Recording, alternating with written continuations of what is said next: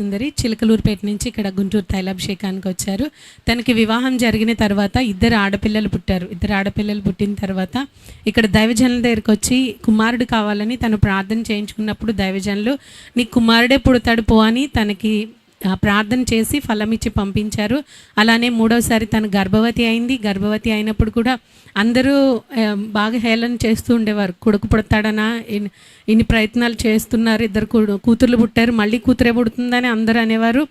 వారు దైవజనులు ఇక్కడ ఇలా చెప్పారని అన్న తర్వాత కూడా అంటే ఆయన చెప్తే పుట్టేస్తాడా అన్నట్టు చాలామంది మాట్లాడేవారు. అయినా కూడా వారు ప్రార్థన చేసుకుంటూ నెల నెల తైలాభిషేకానికి వస్తూ తను ప్రార్థన చేయించుకుంది. అలానే తన డెలివరీ టైంలో కూడా హాస్పిటల్కి వెళ్ళినప్పుడు డాక్టర్ అయితే నీకు ఈసారి కంపల్సరీ కూతురే పుడుతుంది, ఏం చేస్తావని డాక్టర్ అడిగారంట. అడిగితే తను అందంట, లేదు ఇలా మా దైవజనులు నాకు కొడుకు పుడతాడని చెప్పారు, నాకు కొడుకే పుడతాడని తన డాక్టర్తో కూడా వాదించిందంట. నీకు ఇప్పుడు సిజేరియన్ జరుగుద్ది, కూతురు పుడుతుంది చూడని డాక్టర్ అన్నారంట. అంటే లేదు నాకు నార్మల్ డెలివరీ అవుతుంది, కొడుకు పుడతాడు అని దైవజనులు ప్రార్థన చేసినప్పుడు తను ఇక్కడి నుంచి తీసుకెళ్ళిన ప్రార్థనలోనే రాసుకుని తను ఆ డెలివరీ టేబుల్ మీద కూడా తను ప్రార్థన చేసుకుంటూ ఉండగా అలా డాక్టర్ చెప్పిన 10 నిమిషాలకే తనకి నొప్పులు పెరిగి నార్మల్ డెలివరీ అయింది, కొడుకు పుట్టాడని తను సాక్ష్యం చెప్తుంది.